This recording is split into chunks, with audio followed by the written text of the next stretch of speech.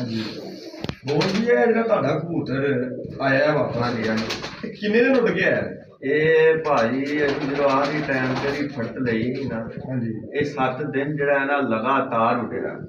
7 ਦਿਨ ਲਗਾਤਾਰ 7 ਬੜੀ ਡਾਂਡ ਹੈ ਭਾਜੀ ਇਹ ਕਬੂਤਰ ਦੀ। ਇਹ ਚੈਂਪੀਅਨ ਕਬੂਤਰ ਹੈ ਸਾਡਾ। ਇਹਨੂੰ ਕੀ ਖਵਾਉਂਦੇ ਰਹੇ ਹੋ? ਇਹਨੂੰ ਭਾਈ ਦੇ ਸੀ ਘਿਓ ਆਪਣਾ ਨਾ ਖੋਰੇ ਆਪਣਾ ਸੀ ਇਹਨੂੰ ਖਵਾਈ ਦੇ ਨੇ। ਠੀਕ ਹੈ, ਇਹ ਵੀ ਕਬੂਤਰ ਦਾ ਇਹ ਵੀ ਨਾਲ ਸੀ ਉਸ ਦਿਨ?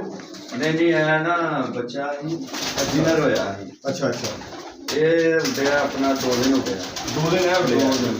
ਇਹ ਲਾਈਟਾਂ ਤੇ ਲਾਏ ਸਨ ਕਿ ਤੁਸੀਂ ਦੂਜਿਆਂ ਦੇ ਲੈਟਾਂ ਵਾਲੇ ਜਾਂਦੇ ਜਿਹੜੇ ਜਦੋਂ ਉੱਡਿਆ ਨਾ ਫਿਰ ਲੈਟਾਂ ਤੇ ਪਾਇਆ ਸੀ।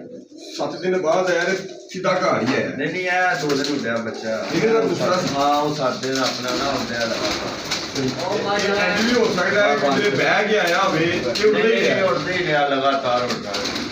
ਬੜਾ ਇਹਦਾ ਮਤਲਬ ਹੈ ਕਿ ਤੁਸੀਂ ਹਾਂਜੀ ਥੋੜਾ ਫਰਕ ਹੈ।